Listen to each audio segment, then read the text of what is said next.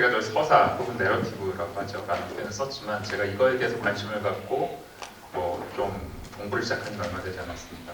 그래서 이해도가 낮긴 한데 일단 그래도 제가 제 스타일의 연구를 하기 위해서 어떻게 서사를 정의하는지 간단히 말씀드리고요. 그 다음에 이제 제가 왜 이런 식의 생각을 갖게 됐는지 제 연구의 서사를 좀 말씀드리는 식으로 그런 흐름으로 한번 해볼까 합니다. 이제 서사가 뭐냐라고 하면은 팩트는 아니죠. 그리고 이야기긴 한데 특정 그 화자의 관점 혹은 어떤 그 행위자인데 사회적 정체성을 갖고 있는 행위자 입장에서 경험하는 이야기라고 생각을 합니다. 그래서 사회적 소수자 연구에서 그런 소수자들이 어떤 경험을 갖고 있는지에 대해서 연구하는 데도 좀 활발히 이용이 되는 것으로 보이고요. 결국에는 정체성이라는 게 상당히 서사적으로 구성된다는 생각이 들고, 그래서 우리가 어떤 좀 나와 다른 정체성을 이해할 때는 그 정체성을 가진 사람이 사회를 어떻게 경험하는가, 그 서사를 이해하는 것이 중요하다고 생각을 합니다. 이거는 또 조금 더 나아가서 하는 얘기긴 하지만 결국에는 그런 방식으로 이해하는 거는 한편으로는 또 내가 갖고 있는 세계를 바탕으로 다른 세계를 이해하는 게 좀 끊임없는 은유나 유추까지 나아가는 게 아닐까라는 생각을 합니다. 그래서 실제로 연구에서 서사 발굴이란 무엇이냐라고 생각을 해봤을 때 제 나름대로 좀 정의를 하면 특정 서사를 발굴하는 연구라는 건 이제 독자로 하여금 관련 사건이나 사회적 맥락에서 특정 정체성을 가진 행위자의 재현 과정에 동참해서 감정이입적으로 몰입하고 세상을 새롭게 해석하는 어떻게 보면 그런 은유를 배우는 게 아닌가라고 생각합니다. 저는 굉장히 양적 연구자인데 제가 이런 식의 글을 이렇게 손으로 썼다는 게 사실 잘 믿어지진 않아요. 네.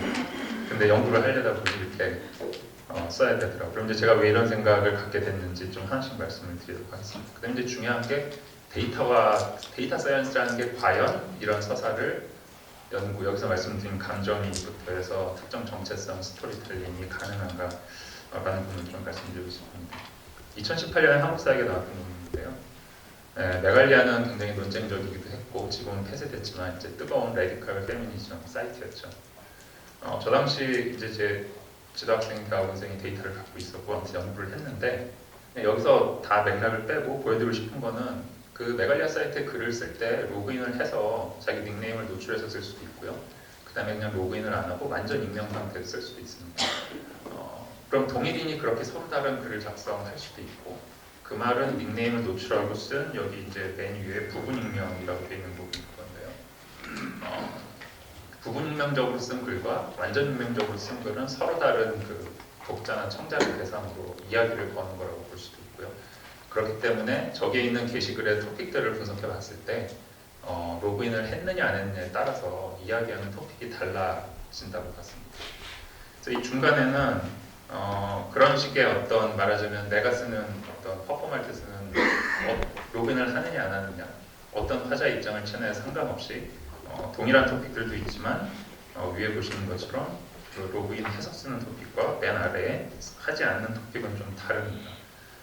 그리고 심지어 그 중간에 로그인을 하건 안 하건 다 같이 참여하는 토픽이라 하더라도 뭐 아래쪽에 성차별이나 페미니즘 토픽처럼 로그인을 하건 안 하건 그 중간에 이렇게 비교적 어떤 공유의 마당을 갖고 얘기하는 게 있는가 하면 여기처럼 굉장히 논쟁적으로 좀 갈라져서 로그인을 한 측과 하지 않은 측 사이에 의견이 갈리는 종류의 토픽들도 있습니다. 그래서 이제 뭐 여기서 어떻게 보면은 저희가 발견한 것은 글의 볼륨 전체 양상으로 보면은 로그인 안 하고 완전 익명 상태에서 쓴 글이 뭐 전체 한 90%가 넘습니다.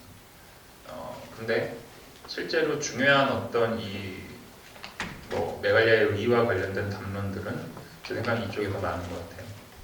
그러면은 만약에 방문자나 이제 관찰자가 여기를 방문한다고 하면은 보통 그냥 혹신 방문자가 글을 대충 랜덤하게 읽을 때는 주로 이쪽의 정체성을 파악할 것이고, 그게 아니라 여기 흐름을 알고 어느 정도 맥락을 아는 방문자가 온다면은 이쪽의 담론의 흐름이 아마 더 잘 보이겠죠. 그래서 결국에는 어떤 화자가 어떤 청자를 대상으로 얘기를 하고 그를 따라 소위 말해서 한 온라인 사이트의 정체가 무엇이냐라는 것에 대해서 굉장히 다른 파악을 할 수 있다는 그런 생각을 하기 시작을 했습니다. 그래서 저희가 텍스트를 어떻게 이해할 것이냐라는 게 단일하게 데이터만으로 결정될 수 없는 문제라는 생각을 했고요. 두 번째인데요, 사사의 특성.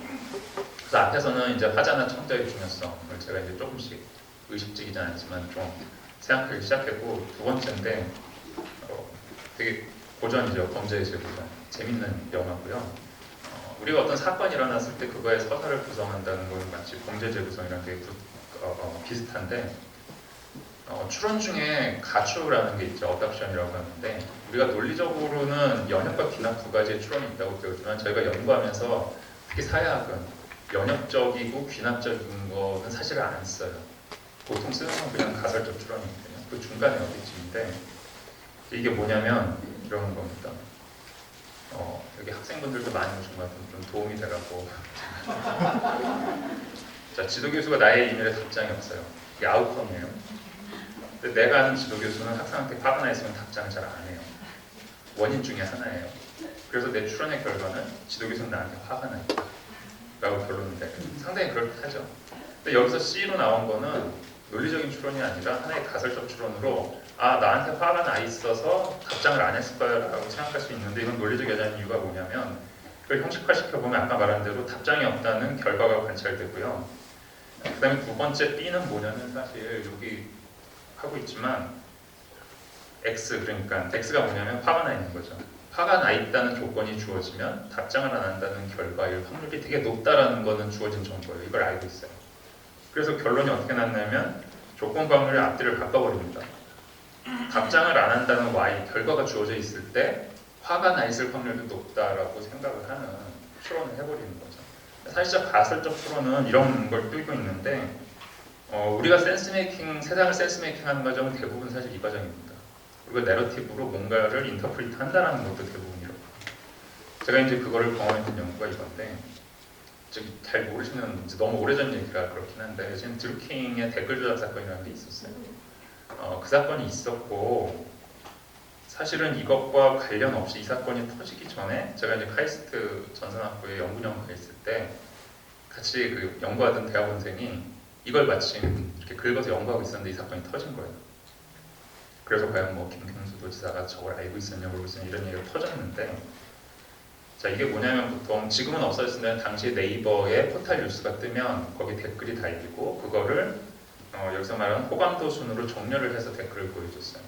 그래서 이제 소위 정치 진영에서 댓글의 최상단을 차지하려고 열심히 가가지고 이제 추천을과 상대에는 비추천을 받는 이제 그런 댓글 부대가 동원됩니다.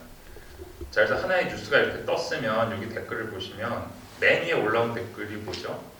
여기 추천수와 비추천수가 있으면 지금 이 그림에서 여기 맨 위에 있는 이 댓글에 추천수와 비추천수를 여기 해설 2차원에다가 추천 비추천수 이렇게 댓글을 다 점으로 찍어본 겁니다. 그럼 여기서 정렬의 순서는 당시의 공식은 추천수 빼기 3배 비추천수, 그거를 호감도로 정의를 해서, 그 호감도라는 건 사실 그림상에서 여기 선이 있죠. 선으로부터의 거리가 길수록 호감도가 긴 거예요. 네. 그래서 보통 어떻게 되냐면 자연스러운 상황은 어떻게 됩니까? 보통 촌철살인 댓글이 올라오면 막 추천을 받아서 위에 가죠. 그럼 이게 마치 위너 테이크스 올처럼 사람들이 막 공감을 점점 해서 이렇게 눈덩이처럼 불어나가지고 비추천에 비해서 추천수가 훨씬 압도하게 되는 게 우리가 생각하는 자연스러운 거죠. 그래서 보시는 것처럼 댓글들을 제일 최상단에 정렬된 것부터 하단으로 가서 보면 이런 식으로 한 기사에서 댓글이 이런 식으로 달려야 돼요. 그림상 이렇게 하고 점점 위너 테이크스 올로 갑니다. 근데 당시 대통령 선거 당시와 특히 이제 문재인 대통령 당선 이후에 청문회 과정에서 장관 후보들의 논란에 관한 기사에 대한 댓글이 이 2차원 평면에 그려보면 이렇게 달려요. 이게 뭔가 이상하죠. 범죄가 일어나는 겁니다. 재구성을 해야 되겠죠. 무슨 얘기냐면 보시면 이 실선과의 거리가 일정해요. 최종 추천수에 상관없이. 이상하지 않습니까? 그 최종 추천수는 다 다른데 순호감도는 똑같이 나타나잖아요. 그 뭔가가 개입된 거예요. 그래서 이제 재구성을 해봅니다. 댓글 부대가 동원됐다면 무슨 일이 일어날까? 한쪽에서 먼저 의도적으로 댓글을 작성하고 추천수를 박죠. 그럼 다른 쪽에 와서 열심히 비추천을 눌러서 이걸 다시 이렇게 이 선으로 그러니까 이렇게 올린다는 건 정렬상에서 아래로 내려가게 순호감도 0으로 만들어버릴 정도로 내려보냅니다. 그럼 상대팀에서 다시 추천을 받죠. 그래서 이렇게 평면에서 이렇게 올라가는데 그게 몇백 개의 댓글에 대해서 동시에 작업이 들어가고 한쪽의 화력이 떨어지면 그게 고정된 수의 순호감도로 남는 거라는 게 제 가설적 추론이에요. 네. 그래서 저렇게 평행한 게 생기고요. 이거를 쭉 내려보면 여기서 한 4, 500 정도에서 만나요. 그 말은 뭐냐면 제 생각인데 브루킹이 당시에 이제 뭐 네이버 계정을 자기가 이제 회원들한테 받아가지고 매크로 돌리잖아요. 한 500개씩 돌린 것 같아요. 저 경우 500개 돌렸는데 저쪽에서 와가지고 비추전 눌러서 내렸다 다시 500개 했는데 이제 상대에서 뭐 아무것도 안 들어오니까 매크로가 그냥 그 상태에서 멈춘 거죠. 그냥 이제 쫙 다 상단을 차지했으니까. 예. 그래서 한편으로는 뭐 그래서 이렇게 아래서부터 가보면은요, 대충 저 정도 댓글이면 최소 2회, 최소 5회 정도의 화력 교환이 이루어졌고, 당시에 좀 상대적으로 연로하고 화력이 약했던 보수 쪽에 총알이 먼저 떨어졌다라고 해석을 할 수도 있고요. 사실 뭐 데이터를 분석하면서 이렇게 저렇게 막 전쟁 과정이 머릿속에 이렇게 되게 리얼하게 그려진 케이스는 이게 거의 처음이 아니었을까라는 생각을 합니다. 그래서 이제 이런 와중에 문제의식을 발전을 했고, 그래서 그걸 좀 정리했던 논문이 2024년도 작년이네요. 한국사회학의 실험 논문입니다.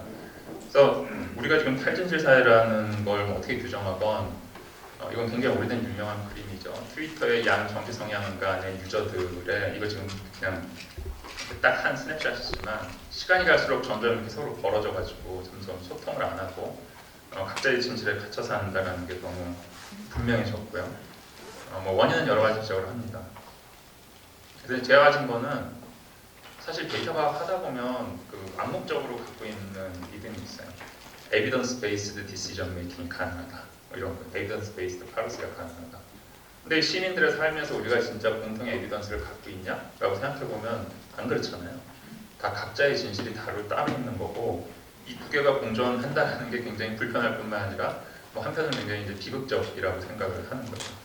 왜 둘 다 동시에 가능하냐? 뭐 데이터, 소셜 미디어, 디지털, AI, 알고리즘의 어떤 그런 자기 강화 작용, 뭐 이런 것들 저희가 다 생각을 하고 있죠.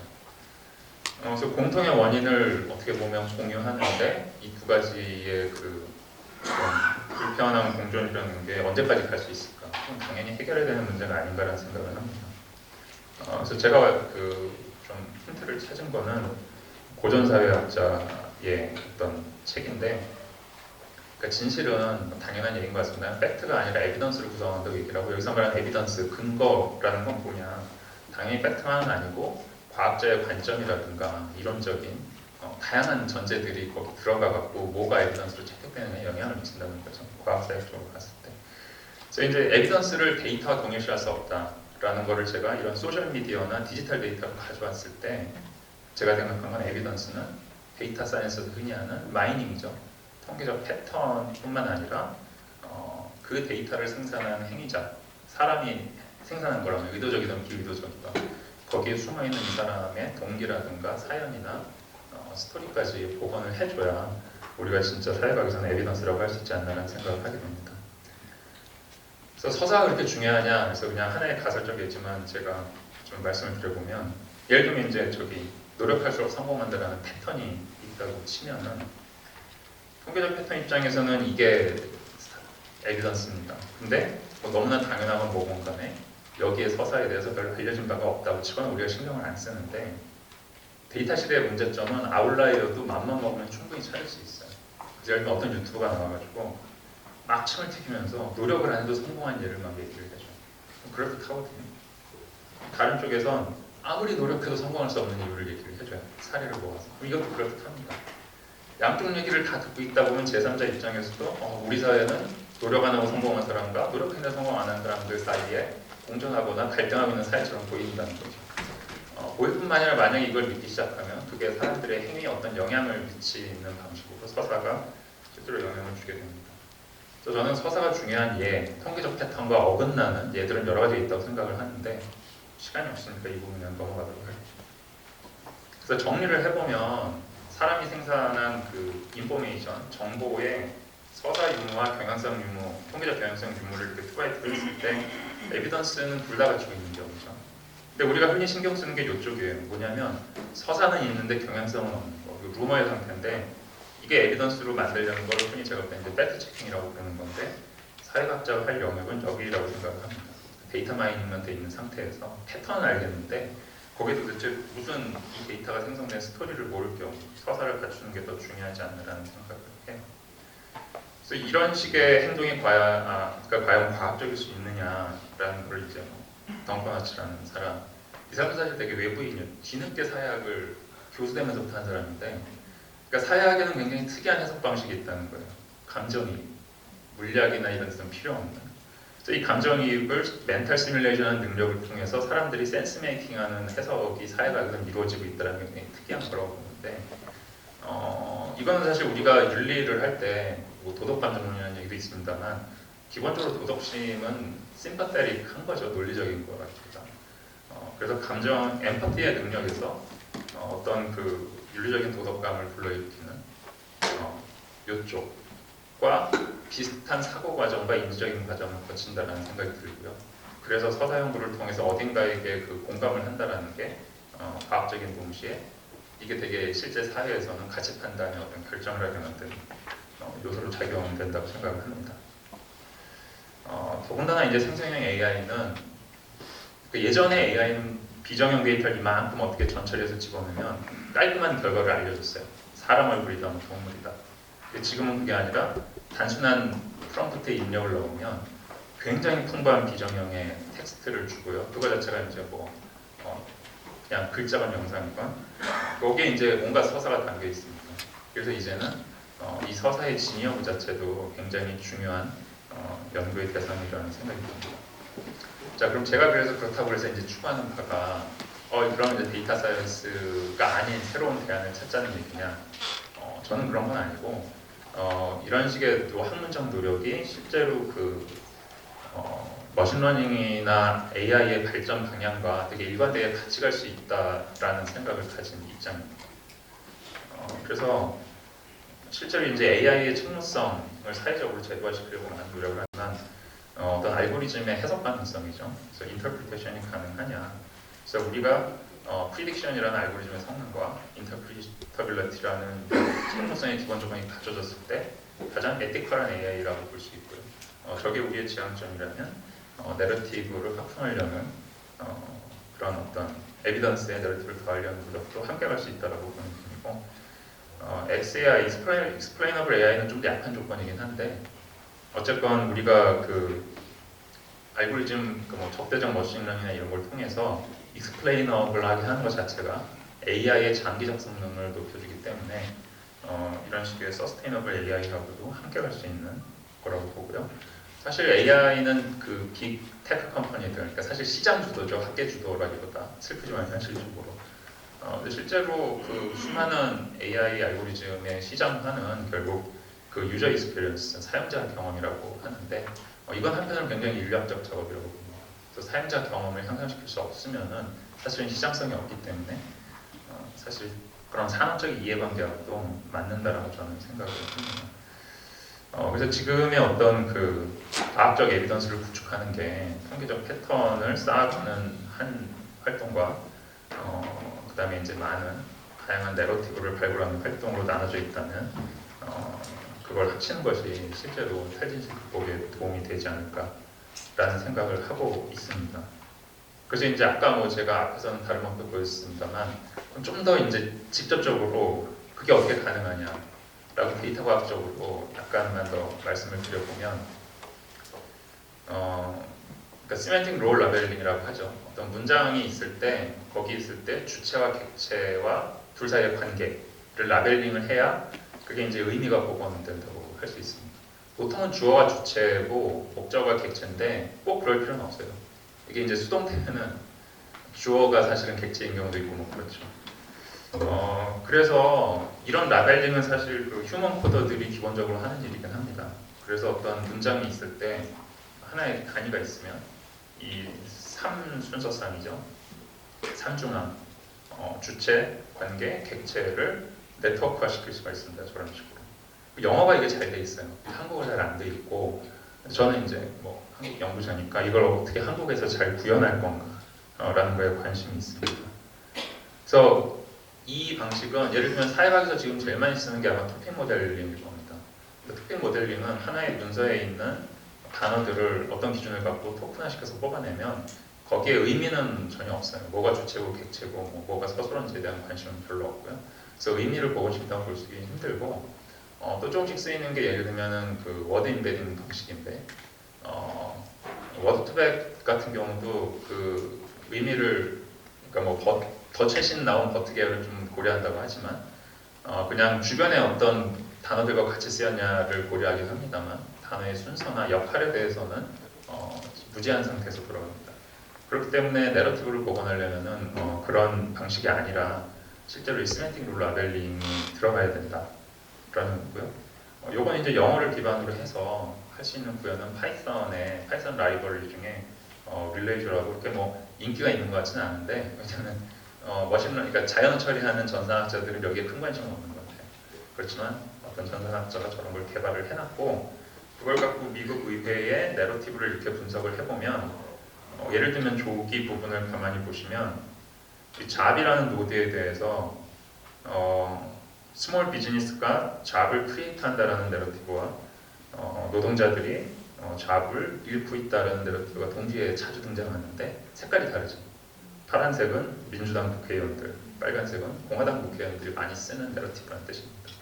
그래서 저런 식으로 어떤 사람이 어떤 내러티브를 구성하는가를 구분을 하고 그러니까 어떻게 보면은 뭐 좀 이렇게 표현하면 왠지 저를 적대시할 분들이 있을 것 같습니다만 엠비버나 아틀라스티아에서 손으로 다 하던 걸 자동화해가지고 확 눈으로 보여준다고 생각할 수도 있을 것 같아요. 그러니까 한편으로는 저는 그것만으로도 굉장히 큰 역할을 할 수 있다고 봅니다. 네. 그래서 지금 연세대학교 사회학과에도 사회학 전형도가 있습니다. 그래서 동문신 클리어 회장님이 기부를 해주셔서 그 돈을 갖고 하는 사업 중의 일부로 저런 한국어 시멘틱 룰 라벨링을 해보고 있고요. 여기 보시면 국립국어원에서 마련한 의미형 말뭉치가 있어요. 의미형 말뭉치가 이미 있는데 저희가 최근에 신문 기사와 그 다음에 KCI에 있는 그 사회과학 분야의 초록을 갖고 실제 휴먼 코딩한 것과 이렇게 비교해가면서 성능을 비교해보면 국립국어원 의미형 말뭉치만으로 트레이닝을 하면 뭐 정확도가 60이 좀 안 되는데요. 저희가 이제 사실 트레이닝 그러니까 이 검사하는 다 같은 셋 안에서 작은 셋이지만 저희가 직접 라벨링을 해보면 그보다 조금 성능이 좋고요. 아무튼 둘 다 합쳐서 해보면은 한 65 가까이 됩니다. 그래서 왠지 제 느낌상 이게 무슨 뉴이즌 5% 같은 기준이 있는 건 아닌데 아마 전산학 같은 경우에는 그래도 이런 F1 스코어라는 게 한 80은 넘어야 뭐 성능이 좋다라고 하는 것 같아요. 그거에 비하면 아직 못 미치지만 사회학에서 65라고 하면은 어느 정도의 그 장래성은 있지 않나라고 생각을 하고 사회과학 하는 사람들이 저는 이건 약간 이제 도메인 스페시픽하다고 보는데 사회과학에 적합한 텍스트를 열심히 라벨링을 할수록 제가 볼 땐 이쪽의 서사 추출의 정확성은 점점 좋아질 거라고 봅니다. 그래서 사회과학 자료는 계시지만 사회과학 자료에도 많은 좋은 질적 자료가 있고요. 구술사라든가 그런 거 포함해서 좀 더 이런 라벨링을 잘하고 모아서 훈련을 같이 시키면은 더 좋은 어떤 서사 추출에 툴이 생기지 않을까 싶습니다. 사실 흔히 말해서 전산사회과하고 데이터 사이언스, 그러니까 전산사회과학이죠. 흐름은 우리 또 사회학자들이 사실 경제학을 별로 안 좋아하는데 그 흐름에 뭐 종속돼 있다고까지는 그렇지만 굉장히 일관되는 흐름을 가고 있어요. 그러니까 예전에 이제 그 수리모형 중심의 신고전주의가 유행했을 때는 하다가 이제 그 다음에 그 실험을 하는 행동경제학이 노벨상을 받기 시작했고요. 최근에는 실험 데이터가 아닌 뭐 데이터들을 기발하게 모아가지고 어떻게 인과추론을 할 것이냐라는 계량경제학이 되게 인기죠. 그럼 전산사회과학도 사실은 신고전주의 때는 모델 갖고 어떤 수리사회과학을 했고요. 그 다음에 이제 에이전트 베이스드 모델처럼 행위의 규칙을 주고 뭔가를 관찰하다가 요즘에는 비슷하게 데이터하고 인과추론 어떻게 할 건가에 관심이 많습니다. 근데 NLP가 발달을 하고 생성AI가 더 같은 시대에 전산사회학이 이제 어떻게 가야 될 거냐라고 생각을 해보면 모르겠습니다. 경제학의 흐름과 일관되게 갈 수도 있지만 그렇지 않을 수도 있지 않을까? 라는 생각에서 제가 갖고 있는 비전은 좀 그쪽이고요. 그래서 어떤 방향으로 가야 될까라고 생각해보면 우리 다들 마음속에 뭐라고 그러죠? 그 양방과 질방, 양대산맥은 사이가 안 좋지 않습니까? 네, 사이가 안 좋은데 기본적으로 뭐 사양은 꼭 그렇지 않습니다만 양적인 거의 기본적인 그 성능 평가는 프리딕션의 정확성이고요.